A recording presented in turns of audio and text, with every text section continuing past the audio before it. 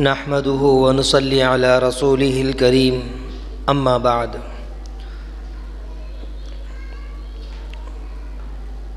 عن ركب البصري رضي الله تعالى عنه قال رسول الله صلى الله عليه وسلم طوبى لمن طاب كسبه وصلحت علانيته وصلحت سريرته وكرمت علانيته وعزل عن الناس شره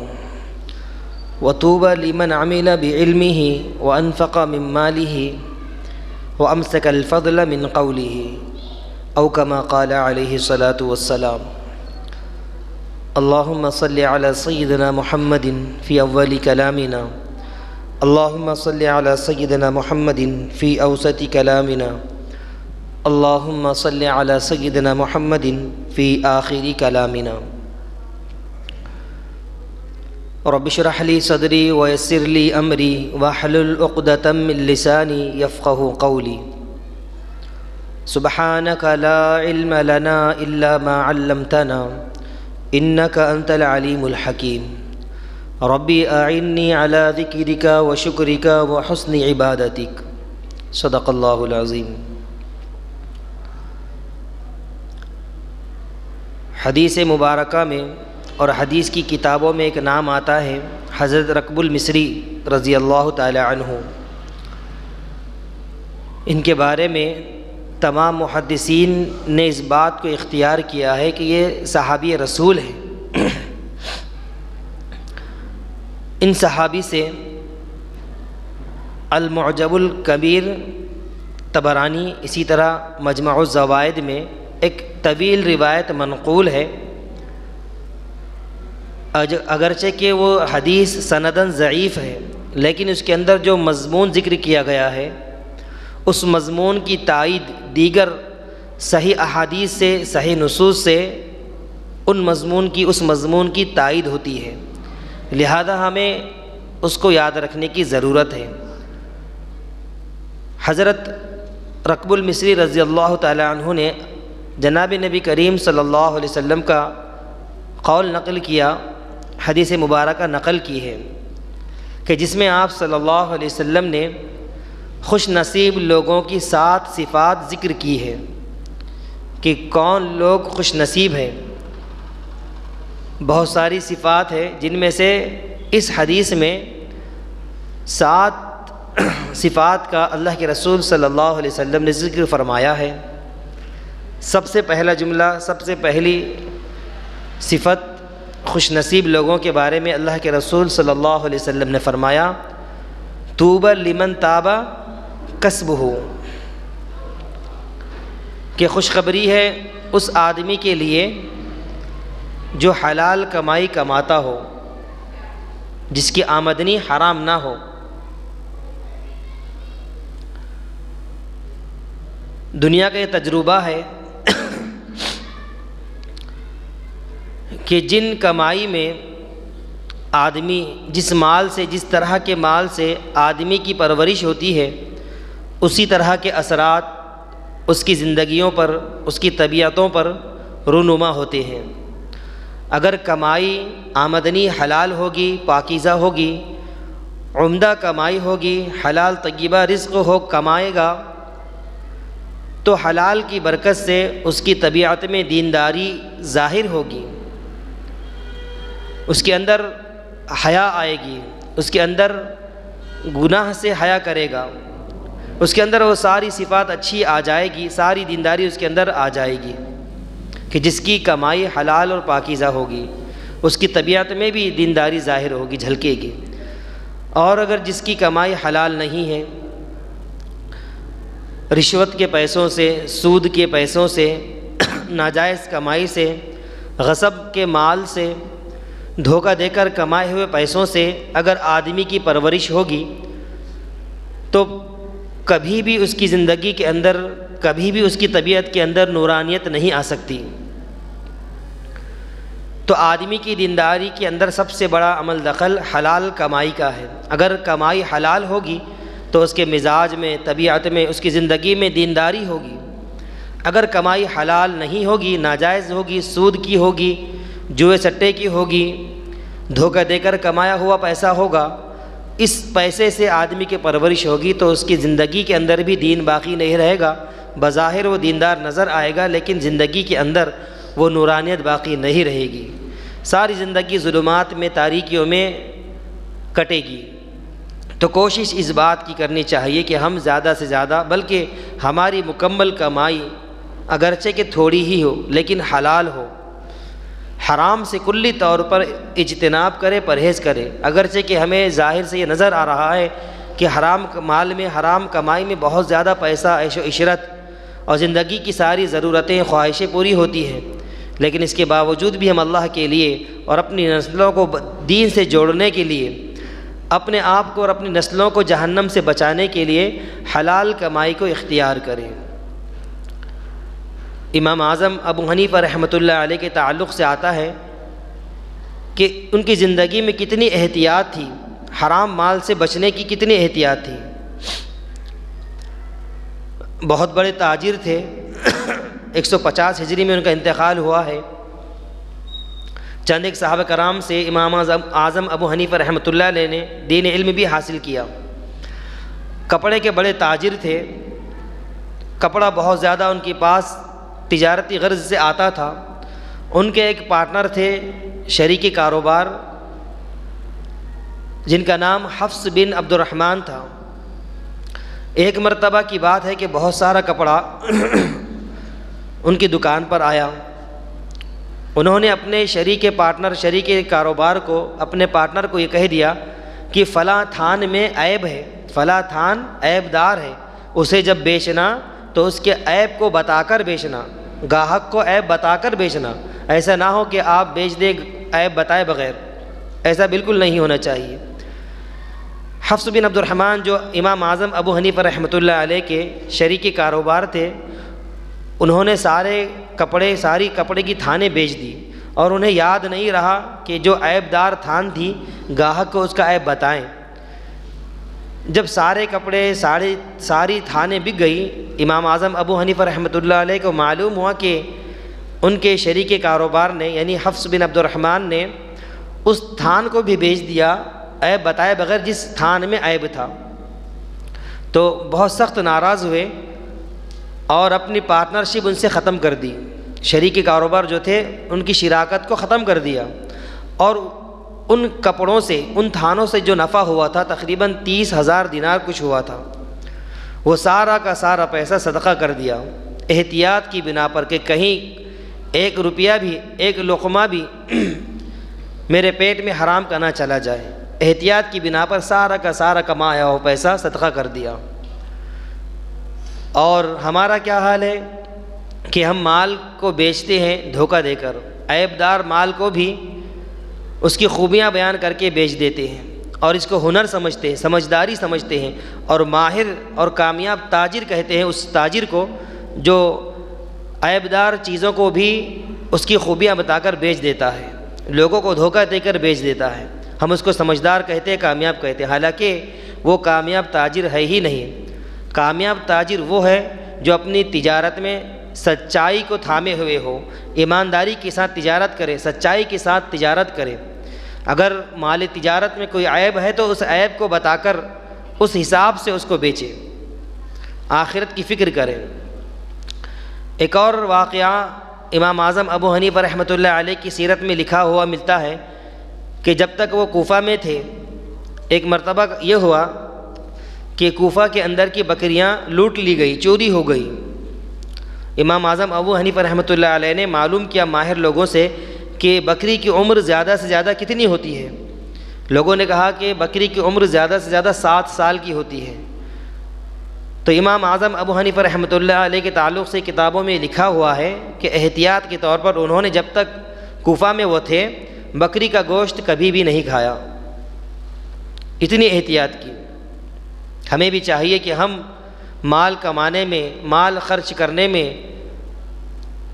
روزی روٹی کمانے میں حلال کی تمیز کریں، حلال حرام میں تمیز کرتے ہوئے حلال کو اپنائیں، حرام سے کلی طور پر اجتناب کریں، کسی کو دھوکہ دے کر تجارت نہ کریں۔ ہر آدمی اپنے اپنے شعبے میں دیکھ لیں کہ میں اپنے شعبے میں سچائی کے ساتھ اور ایمانداری کے ساتھ خلوص نیت کے ساتھ کام انجام دے رہا ہوں یا نہیں۔ ہر شعبے والا، دنیا کے اندر جتنے بھی شعبے جات ہیں، ہر آدمی اپنے شعبے میں کسی کو دھوکہ نہ دے، اپنی کمائی کو حلال کرے، اپنی کمائی کو حرام نہ بنائے، حرام کمائی سے کلی طور پر اجتناب پرہیز کرے۔ حدیث مبارکہ میں دوسری نصیحت، دوسری خوشخبری خوش نصیب لوگوں کی صفات بیان کرتے ہوئے دوسری صفت بیان یہ فرمائی اللہ کے رسول صلی اللہ علیہ وسلم نے، وَصَلُحَتْ عَلَانِيَتُهُ وَصَلُحَتْ سَرِيرَتُهُ، کہ اس کی تنہائی والی زندگی بھی نیک و کار ہو۔ ایسا نہ ہو کہ ہم لوگوں کے سامنے تو بڑے صوفی بنے گھومتے ہیں، حاجی، نمازی، ذاکر، ہر اعتبار سے ہم لوگوں کے سامنے نیک بنے گھومتے ہیں، لیکن تنہائی ہماری اللہ کی نافرمانی میں گزرے۔ اس طرح کی زندگی نہیں ہونی چاہیے، بلکہ ہمارا خلوت جلوت، ہمارا ظاہر باطن، لوگوں کے سامنے کی زندگی اور تنہائی والی زندگی یکسانیت ہو ان دونوں زندگیوں کے اندر۔ اللہ کی اطاعت میں، رسول اللہ صلی اللہ علیہ وسلم کی اطاعت میں زندگی گزارے۔ ایسے بہت سارے گناہ آدمی کرتا ہے جو لوگوں کے سامنے نہیں کرتا، ایسے بہت سارے گناہ ہیں جو لوگوں کے سامنے کرنے سے ڈرتا ہے، لوگوں کا خوف اس کو ہوتا ہے کہ کہیں لوگ کیا کہیں گے کہ فلاں آدمی کیا کر رہا ہے، فلاں آدمی کس کام میں ملوث ہے۔ تو اپنی عزت کے خاطر، بدنامی کی خاطر بہت سارے گناہ ایسے ہوتے ہیں جو تنہائی جب اس کو میسر ہو جاتی ہے تو تنہائی میں ان گناہوں کو انجام دے دیتا ہے، لوگوں کے سامنے تو بڑا نیک بنا گھومتا ہے۔ اس بات کا ہمیں بہت زیادہ خیال رکھنا چاہیے کہ جو زندگی ہماری لوگوں کے سامنے ہوتی ہے، جس طرح ہم لوگوں کے سامنے اپنی بزرگی بتاتے ہیں، اپنے آپ کو نمازی بنا کر پیش کرتے ہیں، اپنے آپ کو اچھا بنا کر پیش کرتے ہیں، اسی طرح ہم تنہائی میں بھی دیندار ہو جائیں، تنہائی میں بھی ہم اللہ سے ڈرنے والے بن جائیں، تنہائی میں بھی ہم اللہ کی اطاعت و فرمانبرداری کرنے والے بن جائیں۔ ہماری ظاہری زندگی دیکھ کر لوگ ہمیں اور ہم سے حسن ظن رکھیں اور ہماری تنہائی والی زندگی اچھی نہ ہو، اللہ کی نافرمانی والی ہو، اللہ ہم سے ناراض ہو، تو لوگوں کے یہ حسن ظن، کیا فائدہ اس حسن ظن کا کہ لوگ تو ہم سے خوش ہیں لیکن اللہ ہم سے ناراض ہے۔ تو ایسے حسن ظن کی اور ایسی ظاہری اچھائی کا کچھ فائدہ نہیں کہ اللہ ہم سے ناراض ہو، ہماری تنہائی بگڑی ہوئی ہو، بے دینی کی زندگی ہم تنہائی میں گزار رہے ہو، نافرمانی والی زندگی تنہائی میں گزار رہے ہو، تو ہماری ظاہری دینداری کچھ کام کی نہیں۔ ہماری ظاہری زندگی بھی دیندار ہو، ہماری تنہائی اور باطنی زندگی بھی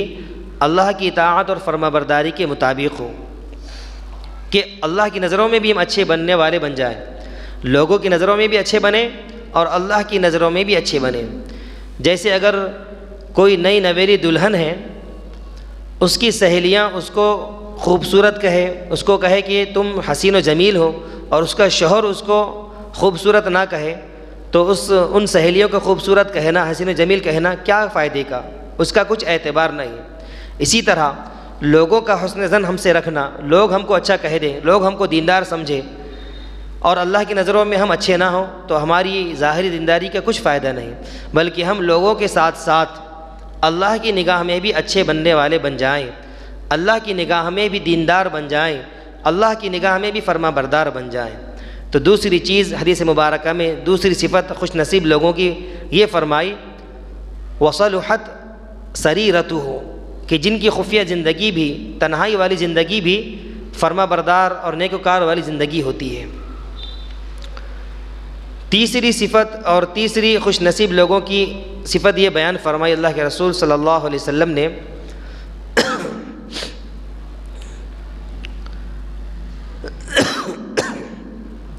وَقَرُومَتْ عَلَانِيَتُهُ، کہ اس کی ظاہری زندگی بھی نیکوکار ہو جائے۔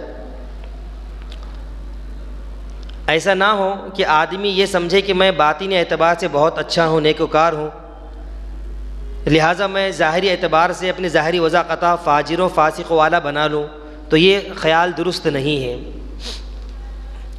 کیونکہ انسان کا ظاہری وضاقتہ بھی، ظاہری کردار بھی، لباس، پہناوا، لوگوں کے ساتھ معاملات، اخلاق، کردار، سارے کے سارے شریعت کے مطابق ہو، صلحاء کرام کے مشابہ ہو، نیک وکار لوگوں کی طرح زندگی، ظاہری زندگی بھی ہماری بن جائے۔ ہم یہ سوچیں کہ ہمارا باطن، ہمارا اندرون، ہماری نیت صاف ہے، پاک ہے، لہذا میں ظاہری اعتبار سے جس طرح چاہوں زندگی گزاروں، داڑھی ٹوپی کے اعتبار سے، وضاقطہ کے اعتبار سے میں فاجر و فاسق والا لباس اپناؤں، تو یہ اس کا خیال بہت ہی غلط خیال ہے، کیونکہ ظاہری زندگی کا اثر، ظاہری وضاقطہ کا اثر، ظاہری لباس کا اثر، ظاہری پہناوے کا اثر باطن کی زندگی پر گہرا اثر پڑتا ہے۔ تبھی تو اللہ کے رسول صلی اللہ علیہ وسلم نے ایک حدیث میں دعا فرمائی ہے، بہترین دعا، ترمذی شریف کی روایت میں دعا شامل ہے کہ اللہ کے رسول صلی اللہ علیہ وسلم نے فرمایا اللہم جعل سریرتی خیرا من علانیتی، اے اللہ میرے باطن کو میرے ظاہر سے بہتر بنا دیجیے، وجعل علانیتی صالحہ، اور میرے ظاہر کو نیک وکار بنا دیجیے۔ اتنی بہترین دعا ہے کہ اس میں ساری امت کے لیے نصیحت ہے، ہدایت ہے۔ اس دعا کو یاد رکھنا چاہیے، اپنے معمول میں لانا چاہیے کہ یا اللہ میرے باطن کو ظاہر سے بہتر بنا دیجیے اور میرے ظاہر کو نیک وکار بنا دیجیے۔ اللہم جعل سریرتی خیرا من علانیتی وجعل علانیتی صالحہ۔ تو اس بات کا ہم خیال رکھیں کہ ہماری ظاہری زندگی بھی سنت کے مطابق ہو، شریعت کے مطابق ہو، اور ہماری باطنی زندگی بھی، تنہائی والی زندگی بھی شریعت کے مطابق ہو، رسول اللہ صلی اللہ علیہ وسلم کے اقوال فرمان کے مطابق ہو۔ چوتھی چیز اللہ کے رسول صلی اللہ علیہ وسلم نے ان خوش نصیب لوگوں کی صفات کے تحت ذکر فرمائی ہے، فرمایا وَطُوبَى لِمَنْ عَمِلَ بِعِلْمِهِ، کہ خوش نصیب لوگ وہ ہیں جو اپنے علم کے مطابق عمل کرتے ہیں، اپنے علم کے مطابق عمل کرتے ہیں۔ امام احمد بن حنبل رحمۃ اللہ علیہ کے تعلق سے آتا ہے، انہوں نے فرمایا کہ جب بھی میں کوئی حدیث لکھتا یا پڑھتا، اگر اس میں قابل عمل کوئی بات ملتی تو میں اپنی زندگی میں اس کو کم از کم ایک مرتبہ عمل میں ضرور لاتا۔ فرماتے ہیں کہ ایک مرتبہ میں حدیث پڑھ رہا تھا، حدیث میں یہ ذکر مجھے ملا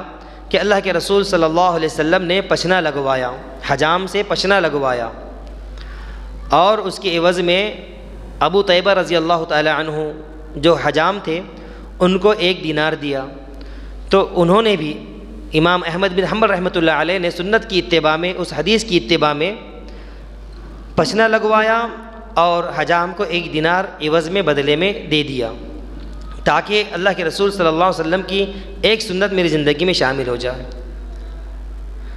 تو وَطُوبَى لِمَنْ عَمِلَ بِعِلْمِهِ، اللہ کے رسول صلی اللہ علیہ وسلم نے فرمایا کہ اپنے علم کے مطابق عمل کریں۔ یہ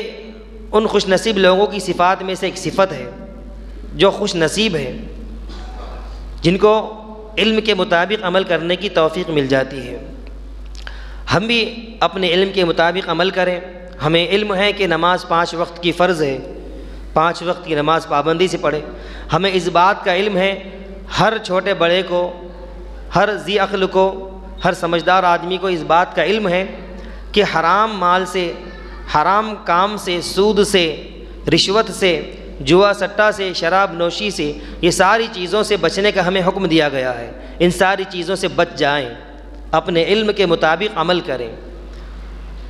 ہر کاروباری کو یہ معلوم ہے کہ دھوکہ دے کر تجارت کرنا گناہ کا کام ہے، عیب دار چیز کو عیب بتائے بغیر بیچ دینا گناہ کا کام ہے، سستے کی چیز زیادہ مہنگے میں، مارکیٹ سے زیادہ ریٹ میں بیچ دینا گناہ کا کام ہے، کسی کو دھوکہ دینا گناہ کا کام ہے، والدین کے حقوق ادا نہ کرنا گناہ کا کام ہے، بچوں کی صحیح تربیت نہ کرنا گناہ کا کام ہے، پڑوسیوں کے حقوق ادا نہ کرنا گناہ کا کام ہے، کسی کو کسی بھی طرح سے دھوکہ دینا گناہ کا کام ہے۔ من غش فلیس منا، جس نے دھوکہ دیا وہ ہمیں سے نہیں۔ ان ساری برائیوں سے اپنے آپ کو بچا لیں۔ معلوم ہے کہ زکوٰۃ دینا فرض ہے، مالداری جب آ جائے، اتنا پیسہ آ جائے کہ ہم مالدار ہو جائیں، سال گزرنے پر زکوٰۃ ضرور دیں۔ معلوم ہے کہ رمضان مل جانے پر ہمیں رمضان کے روزے فرض ہیں، بغیر کسی شرعی عذر کے ہم روزے رکھیں، پابندی سے رکھیں، اچھے ہٹے کٹے مستنڈے صحت مند لوگ اس خوف سے روزہ نہیں رکھتے کہ کہیں میں بیمار نہ پڑ جاؤں، کہیں بھوک سے میں مر نہ جاؤں، حالانکہ ایسا ہوتا نہیں ہے، یہ سب نفس کا دھوکہ ہوتا ہے۔ جب معلوم ہے روزہ فرض ہے روزہ رکھیں، زکوٰۃ فرض ہے زکوٰۃ ادا کریں، معلوم ہے نماز 5 وقت کی فرض ہے، اپنے علم کے مطابق عمل کرتے ہوئے 5 وقت کی نماز ادا کریں۔ تو اللہ کے رسول صلی اللہ علیہ وسلم نے فرمایا طوبیٰ لمن عمل بعلمہ، کہ اپنے علم کے مطابق عمل کریں، معلوم کو معمول میں لا لیں، معلوم کو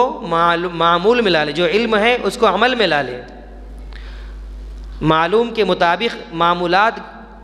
گزاریں، اپنی زندگی علم کے مطابق گزاریں، جس کو جتنا علم دیا گیا ہے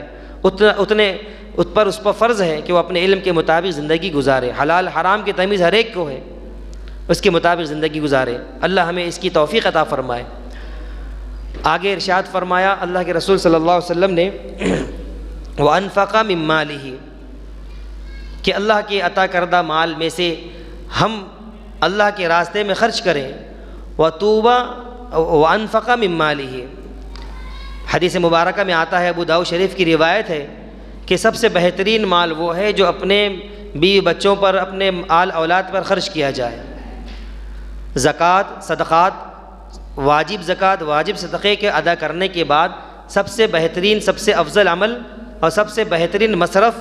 اگر کوئی ہے تو اپنے بیوی بچے ہیں، اپنے اہل عیال ہے، کہ ہم اپنے فرائض زکوٰۃ ادا کرنے کے بعد، واجبات ادا کرنے کے بعد سب سے پہلے اگر کہیں خرچ کریں، کہیں مصرف میں ہم اپنا مال خرچ کریں تو اپنے اہل و عیال بیوی بچے ہیں، اس کے بعد رشتہ دار ہے، اس کے بعد پڑوسی ہے، اس کے بعد اپنے ملنے جلنے والے ہیں،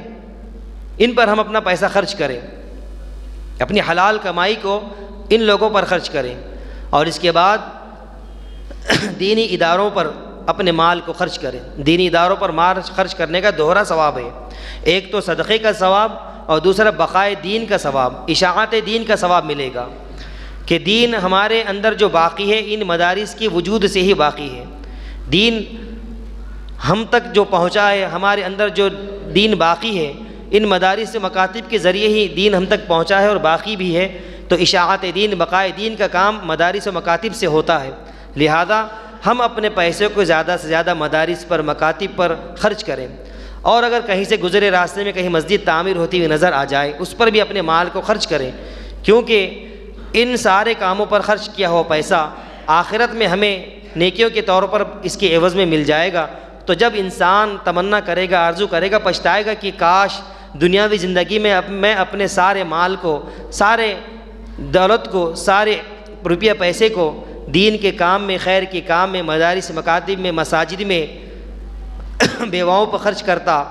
محتاجوں پر خرچ کرتا، بھوکوں پر خرچ کرتا، اپنے اہل و عیال پر خرچ کرتا، تو آج مجھے اس کا بدلہ زیادہ سے زیادہ حاصل ہوتا۔ تو اس وقت سے پچھتاوے سے بہتر ہے کہ ہم ابھی جان کر سارے حلال کمائی کو صحیح راستوں میں خرچ کریں، صحیح مصرف میں خرچ کریں، اپنے بیوی بچوں پر، اپنے رشتہ داروں پر، اپنے ملنے جلنے والوں پر، پڑوسیوں پر، جو محتاج ہے، بیوہ ہے، یتیم ہے، ان پر، اور خاص طور پر مدارس پر، مساجد پر، جو مسجدیں زیر تعمیر ہوتی ہیں یا جس مسجد میں کام رکا ہوا ہوتا ہے وہاں پر بھی ہم اپنا تعاون کر کے اس کی رکی ہوئی تعمیرات کو مکمل کر سکتے ہیں، جو دنیا اور آخرت کے لیے ہمارے لیے اجر و ثواب کا باعث ہوگا۔ دنیا میں بھی ہمیں اس کا بہترین بدلہ اللہ تعالیٰ عطا فرمائے گا، اور آخرت میں تو بہرحال اس کا بدلہ مل کر ہی رہے گا۔ تو یہ ایک صفت اللہ کے رسول صلی اللہ علیہ وسلم نے ارشاد فرمائی وَأَنفَقَ مِن مَالِهِ، اور آخری صفت اللہ کے رسول صلی اللہ علیہ وسلم نے ارشاد فرمائی کہ اس سے پہلے ایک صفت اور ارشاد فرمائی وَعَزَلَ عَنِ النَّاسِ شَرَّهُ، کہ لوگوں کو اپنے شر سے بچائیں، اپنے شر سے، اپنی برائی سے، اپنی تکلیف سے لوگوں کو محفوظ رکھیں۔ یہ بھی خوش نصیب لوگوں کی صفات میں سے ایک صفت ہے کہ ہمارے شر سے، ہماری برائی سے ہمارا پڑوسی اور دوسرا انسان محفوظ رہے، کہ ہماری وجہ سے بعض مرتبہ ایسا ہوتا ہے کہ دبے ہوئے فتنے ابھر کر سامنے آ جاتے ہیں، ہمارے کسی قول و عمل کی وجہ سے، ہمارے کسی معمولی بات کی وجہ سے، ہماری کسی معمولی حرکت کی وجہ سے کسی ادارے کو خمیازہ بھگتنا پڑتا ہے، اور اس ادارے میں اتھل پتھل ہو جاتی ہے، جماعتیں تباہی کے کگار پر آ جاتی ہیں۔ ایک آدمی کے ایک مختصر سے جملے سے جھگڑے فساد برپا ہو جاتے ہیں، پڑوسیوں سے تعلقات خراب ہو جاتے ہیں، اولاد میں والدین میں تعلقات ختم ہو جاتے ہیں، بھائی بھائی میں تعلقات ختم ہو جاتے ہیں، رشتہ داریاں ٹوٹ جاتی ہیں۔ تو ہمارے ایک قول، ہمارے ایک عمل سے، ہمارے ایک حرکت سے تو ہم ایسے بن جائیں کہ وَعَزَلَ عَنِ النَّاسِ شَرَّهُ، ہمارے قول و عمل سے، کسی بھی عمل کے شر سے، کسی بھی برائی سے دوسرا مسلمان، دوسرے لوگ محفوظ رہے، چاہے وہ مسلمان ہو یا غیر مسلم ہو، ہر انسان ہماری برائی سے محفوظ رہے، اس طرح ہم اپنے آپ کو بنا لیں۔ تو خوش نصیب لوگوں کی صفات میں سے ایک صفت یہ بھی ہے وَعَزَلَ عَنِ النَّاسِ شَرَّهُ۔ اجتماعی زندگی میں یہ بارہا دیکھا جاتا ہے کہ معمولی تلخ گفتگو کے بعد پڑوسی میں تھوڑی آناکاری ہو گئی، اونچ نیچ ہو گئی، تو میں ہو جائے، تو ایک آدمی یہ سمجھتا ہے کہ اس نے میری عزت نہیں کی، میری عزت کی دھجیاں اڑا دی، مجھے بدنام کر دیا، میرے تعلق سے اس نے اتنا برا بھلا کہا ہے۔ پھر شیطان 10 باتیں اس کے ذہن میں ڈالتا ہے جو بات کا بگاڑ کا ذریعہ بنتی ہے۔ ہم مفتاح و شر نہ بنیں، یعنی برائیوں کو چابی نہ بنیں، بلکہ برائیوں کو ختم کرنے والے، برائیوں کو ختم اور بند کرنے والے بنیں، مغلاق الشر بنیں، کہ برائیوں کے تالے بنیں، کہ برائیوں کو بند کر رہے ہیں، برائیوں کو ختم کر رہے ہیں۔ اللہ ہمیں اس طرح بنا دے۔ مطلب یہ ہے کہ ہم اور ہمارے ذریعے خیر ہی خیر وجود میں آئے، ہم سے خیر ہی خیر وجود میں آئے، لوگوں کو بھلائی ہی ہم سے ملے، لوگ ہم سے متنفر نہ ہو جائے، لوگوں کو ہم سے تکلیف نہ ہو، ہماری زبان سے، ہمارے کلام سے، ہمارے ہاتھ پیر سے کسی دوسرے مسلمان کو تکلیف نہ پہنچے۔ اللہ کے رسول صلی اللہ علیہ وسلم نے حدیث مبارکہ میں فرمایا ہے کہ وہ مسلمان نہیں جس کے زبان سے، جس کے ہاتھ کے شر سے دوسرا مسلمان محفوظ نہ ہو، بلکہ مسلمان ہونے کے لیے شرط یہ اللہ کے رسول نے فرما دی کہ زبان کی تکلیف سے اور ہاتھ پیر کی تکلیف سے دوسرا مسلمان محفوظ رہے، تبھی جا کر ہم مسلمان بن سکتے ہیں۔ اللہ ہمیں حقیقی مسلمان بنا دے۔ اور آخری صفت اللہ کے رسول صلی اللہ علیہ وسلم نے یہ ذکر فرمائی وَأَمْسَكَ الْفَضْلَ مِنْ قَوْلِهِ، کہ ہم بیہودہ باتوں میں، فضول باتوں میں اپنا وقت ضائع نہ کریں۔ بہت مرتبہ لوگ بہت زیادہ بک بک کرتے ہیں، بہت زیادہ ادھر ادھر کی باتیں کرتے ہیں، چوراہوں پر، ہوٹلوں میں، چورستوں پر، چبوتروں پر، گھروں میں وقت ضائع کرتے ہیں، ایران کی توران کی باتیں کرتے ہیں، حکومتیں گراتے ہیں، حکومتیں بناتے ہیں بیٹھے بیٹھے ہی۔ تو وقت کو ضائع کرنے کے بجائے اپنے وقت کو قیمتی بنائیں۔ زبان سے ایسا فضول کلمہ، ایسی زائد بات، ایسی زائد کلمہ زبان سے نہ نکلے جو دنیا اور آخرت میں پکڑ کا ذریعہ بن سکے، بلکہ ہم فضول گوئی کے بجائے، کسی کا مذاق اڑانے کے بجائے، کسی کی برائی کرنے کے بجائے، کسی کی غیبت چغلی کرنے کے بجائے ہم ذکر میں ان اوقات کو گزاریں۔ سبحان اللہ، الحمدللہ، اللہ اکبر، سبحان اللہ والحمدللہ ولا الہ الا اللہ واللہ اکبر، لا الہ الا اللہ محمد رسول اللہ، استغفر اللہ ربی من کل ذنب واتوب الیہ، استغفر اللہ الذی لا الہ الا هو الحی القیوم واتوب الیہ۔ ان جیسے ذکر کو اپنے معمولات میں لائیں، وقت کو ضائع نہ کریں۔ زندگی قیمتی ہے، وقت قیمتی ہے، جوانی قیمتی ہے، اس کے تعلق سے پوچھ ہوگی قیامت میں۔ کئی احادیث میں اس کا ذکر ملتا ہے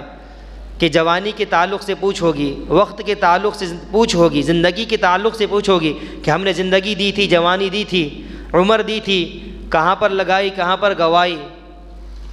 اور جب تک بندہ جواب نہیں دے گا اس وقت تک بندہ اپنے پیروں کو میدان حشر میں سے ہٹا نہیں سکتا۔ تو اس کا خیال رکھتے ہوئے، میدان حشر کا خیال رکھتے ہوئے، اللہ کی حضور حاضری کا خیال رکھتے ہوئے ہم اپنے اوقات کو ضائع کرنے سے بچائیں، اپنی زبان سے فضول باتوں کو نہ نکالیں، اپنی زبانوں کو فضول گوئی سے بچائیں اور ہر دم اللہ کا ذکر کرتے رہیں۔ تو یہ 7 صفات اللہ کے رسول صلی اللہ علیہ وسلم نے فرمائی کہ خوش نصیب لوگ ہیں وہ جو ان 7 صفات کو لیے ہوئے زندگی گزارتے ہیں، جن کے اندر یہ 7 صفات آ گئی کہ طوبی لمن طاب کسبہ، کہ حلال کمائی کمائے، حرام کمائی سے اجتناب کریں، وصلحت سریرتہ، کہ جس کی تنہائی والی زندگی بھی نیکوکاروں والی زندگی ہو، وکرمت علانیتہ، اور اس کی ظاہری زندگی، ظاہری وضاحت بھی نیکوکار لوگوں کی جیسی ہو، صلح کرام اور صلح کے جیسی ہو، وطوبی لمن عمل بعلمہ، اور اس کو جتنا علم دیا گیا اس کے مطابق اپنی زندگی پر عمل کرے، وعزل عن الناس شرہ، اور انسان کے شر سے، انسان کی برائی سے دوسرا انسان محفوظ رہے۔ یہ صفات اپنے اندر پیدا کرنے کی ضرورت ہے۔ وانفق من مالہ، اور اللہ کے راستے میں، خیر کے راستے میں، بھلائی کے راستے میں ہم اپنے حلال مال کو خرچ کرتے رہیں۔ وامسک الفضل من قولہ، اور فضول باتوں سے، بیہودہ باتوں سے اپنے آپ کو بچائے۔ اللہ تعالیٰ سے دعا ہے کہ اللہ تعالیٰ ہم سب کو کہی سنی بات پر عمل کرنے کی توفیق عطا فرمائے اور ان 7 صفات کو اپنی زندگی میں لانے کی توفیق عطا فرمائے۔ وآخر دعوانا ان الحمد للہ رب العالمین۔